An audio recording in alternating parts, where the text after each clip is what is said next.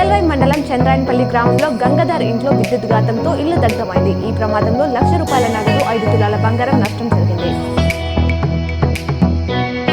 Nizamabad MP Dharmapuri Arvind నేడు నిజామాబాద్ జిల్లా పద్మశాలి సంఘ నూతన కార్యవర్గ ప్రమాణ స్వీకార కార్యక్రమంలో పాల్గొన్నారు. అలాగే సిరికొండ మండల కేంద్రంలోని దాస్ ఫంక్షన్ హాల్లో నిజామాబాద్ రూరల్, ధర్మల్లి మరియు సిరికొండ మండలాల కార్యకర్తల ఆత్మీయ సమావేశంలో పాల్గొంటారు. టీఆర్ఎస్ చీఫ్ కేసీఆర్ చేసిన కుక్కల కొడుకుల వ్యాఖ్యలపై మంత్రి కొండ సురేఖ మండిపడ్డారు. తెలంగాణ మహిళలను గులాబీ బాస్ కించపరుస్తున్నారని తుక్కుగూడ సభలో దుయ్యబట్టారు. ఇష్టం వచ్చినట్లు మాట్లాడిన కేసీఆర్ మీద ఎలాంటి కేసు పెట్టాలని కేసీఆర్ ప్రశ్నించారు.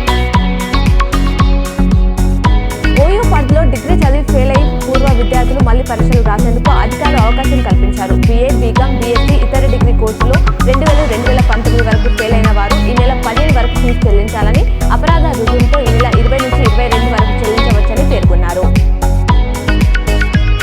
శ్రీరామ్ సాగర్ ప్రాజెక్టు ద్వారా శనివారం నుంచి అన్ని కాల్వలు, ఎత్తిపోతల పథకాలకు నీటి సరఫరాను పూర్తిగా నిలిపివేసినట్లు ప్రాజెక్టు అధికారులు తెలిపారు. మిషన్ భద్రత నిమిత్తం 231 క్యూసెక్ల నీటిని విడుదల చేస్తున్నట్లు, 314 క్యూసెక్ల నీరు ఆవిరి అవుతున్నట్లు పేర్కొన్నారు. ప్రస్తుతం ప్రాజెక్టులో 12.640 టీఎంసీల నీరు నిల్వ ఉన్నట్లు వెల్లడించారు.